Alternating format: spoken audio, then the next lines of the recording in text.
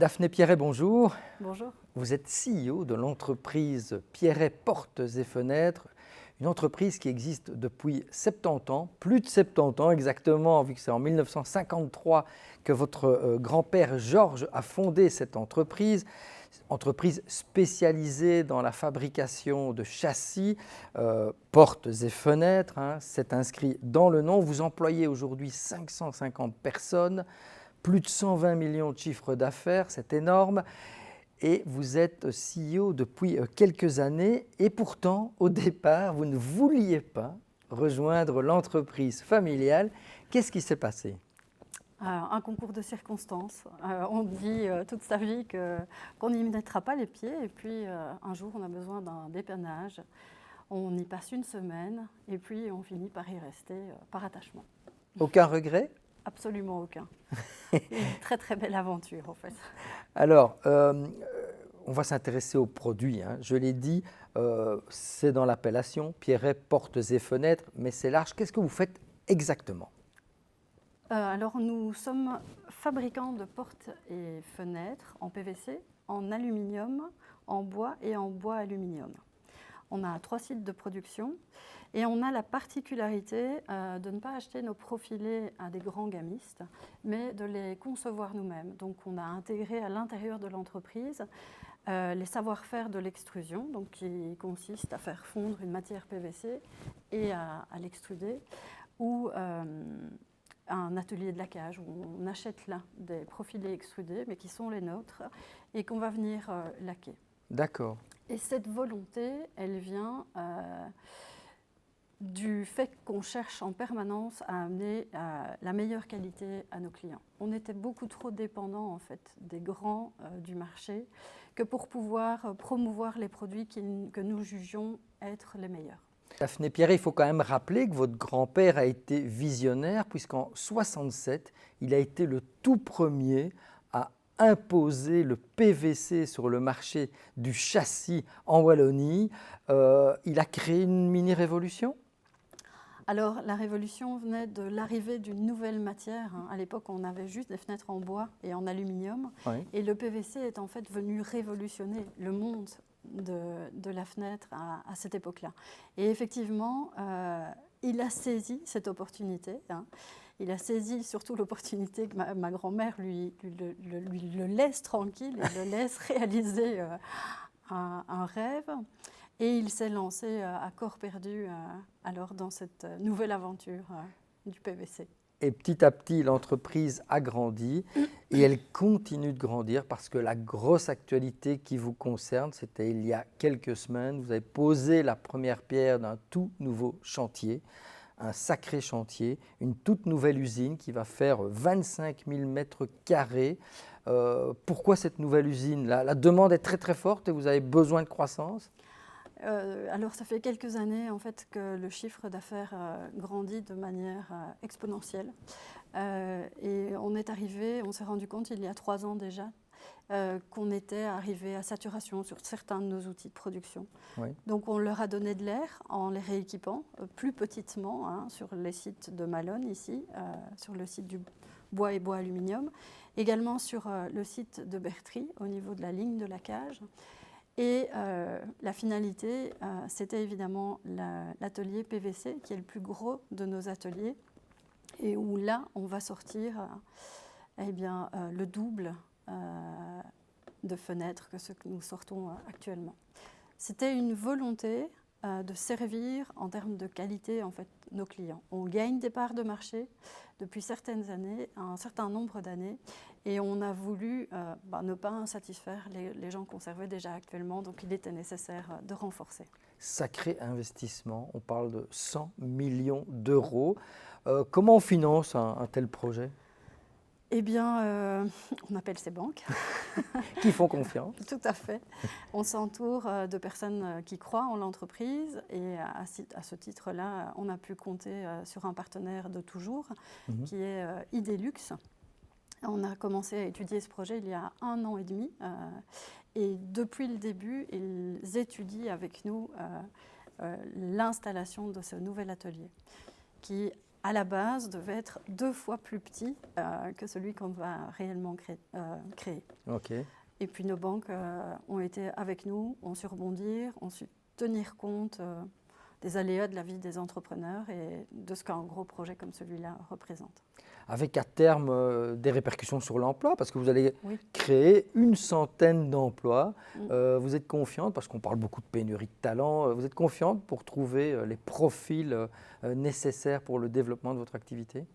Je suis confiante, oui.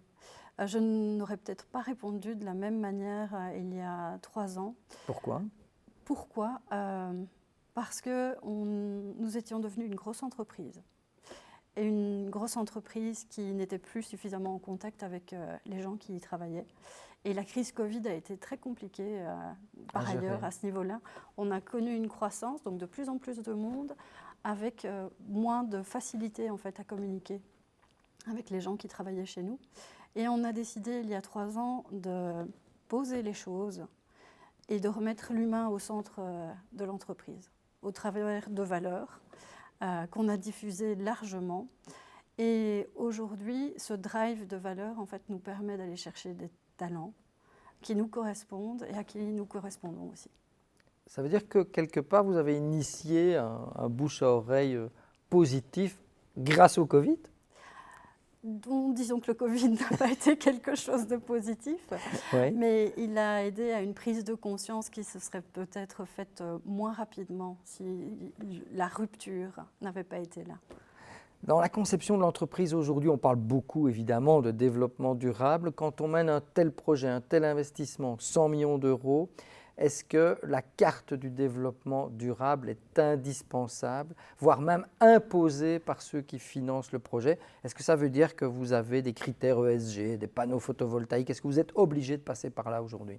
Alors, nous ne sommes pas obligés, mais ça fait des années qu'on travaille dans cette volonté-là. J'ai d'ailleurs dans mon bureau un grand tableau sur lequel il y a un tout petit schéma qui date d'il y a 4 ans. Et qui décrit la volonté d'une neutralité carbone dans nos productions. Donc on a toujours cherché à réduire notre impact carbone dans le métier dans lequel on travaille. C'est une logique vu que nous sommes dans l'isolation. Et on travaille en permanence en fait, à réduire cet impact, à réduire nos besoins énergétiques, qu'ils soient électriques, en gaz ou en mazout. Justement, vous me tendez la perche, on a l'impression que dans votre business, finalement, ce dont on parle aujourd'hui, réduction des effets, des gaz à effet de serre, la neutralité carbone, est-ce que finalement, ce fameux certificat PEB qui touche tout le monde, ces accords de Paris qui visent la neutralité carbone, ces dimensions-là, ce sont vos meilleurs alliés pour votre business aujourd'hui? Ce sont les meilleurs alliés de la planète, ça c'est certain. Et ils ont un effet effectivement favorable sur notre métier parce qu'on est spécialisé dans la rénovation chez le particulier des menuiseries. On a toujours mis un point d'honneur à travailler sur des produits conçus pour durer. L'obsolescence ne sera pas chez nous. On a une garantie 20 ans à cet effet-là, totale sur les châssis. On veut et on cherche encore aujourd'hui en fait, à l'améliorer.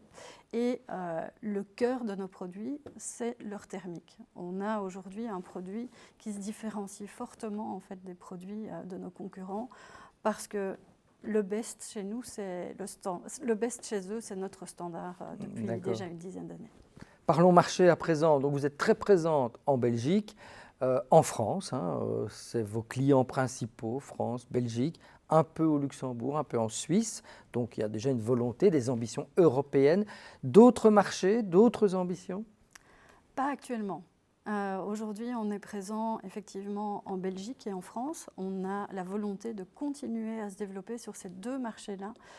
Mais en cohérence en fait, avec nos dépenses énergétiques, nous préférons rester sur une zone de chalandise qui nous permette de réduire au maximum en fait, les transports nécessaires. Dans la même logique, on l'aura Voilà. compris. Alors, l'entreprise se porte bien, chiffre d'affaires qui a doublé en 7 ans à peine. Vous étiez à 60 millions, vous êtes à 120 millions. Les projections pour le court terme Pour le court terme, et moyen terme. alors on a une petite baisse d'activité ce début d'année mais qui se redresse depuis un mois. Cette année, on conserve une croissance en fait, en tout cas dans les projections actuelles. Et ce type de projet s'organise sur des projections à beaucoup plus long terme, donc à 5 ans.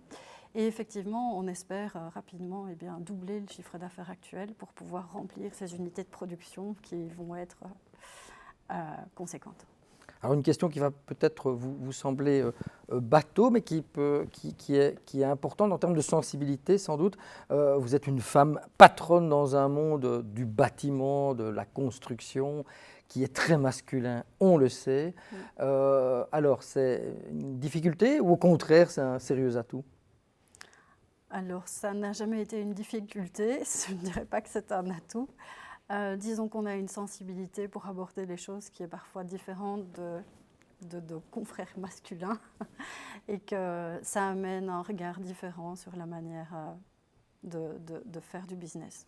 D'accord. Dernière question, parce que je vois qu'on arrive déjà à la fin, ça file. Vous et votre frère Arnaud, vous êtes les actionnaires de la société Pierret Portes et Fenêtres. Est-ce que le poids du grand-père qui a lancé est toujours omniprésent? Autrement dit, est-ce que toutes les décisions qu'on prend, c'est dans cette idée de transmission? Est-ce que, autrement dit, vous pensez déjà à la 4e génération ou pas? Est-ce que c'est quelque chose qui reste, qui trotte dans la tête? Alors, on n'y pense pas vraiment, mais on pense toujours à la pérennité de l'entreprise. Et quelle qu'elle soit, je dirais qu'on se prépare à tout.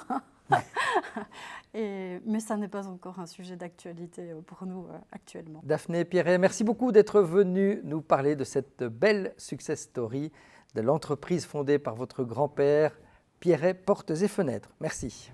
Merci. Il est temps de passer à Objectif Croissance avec un zoom sur la société de nettoyage XLG et son département Building plus précisément.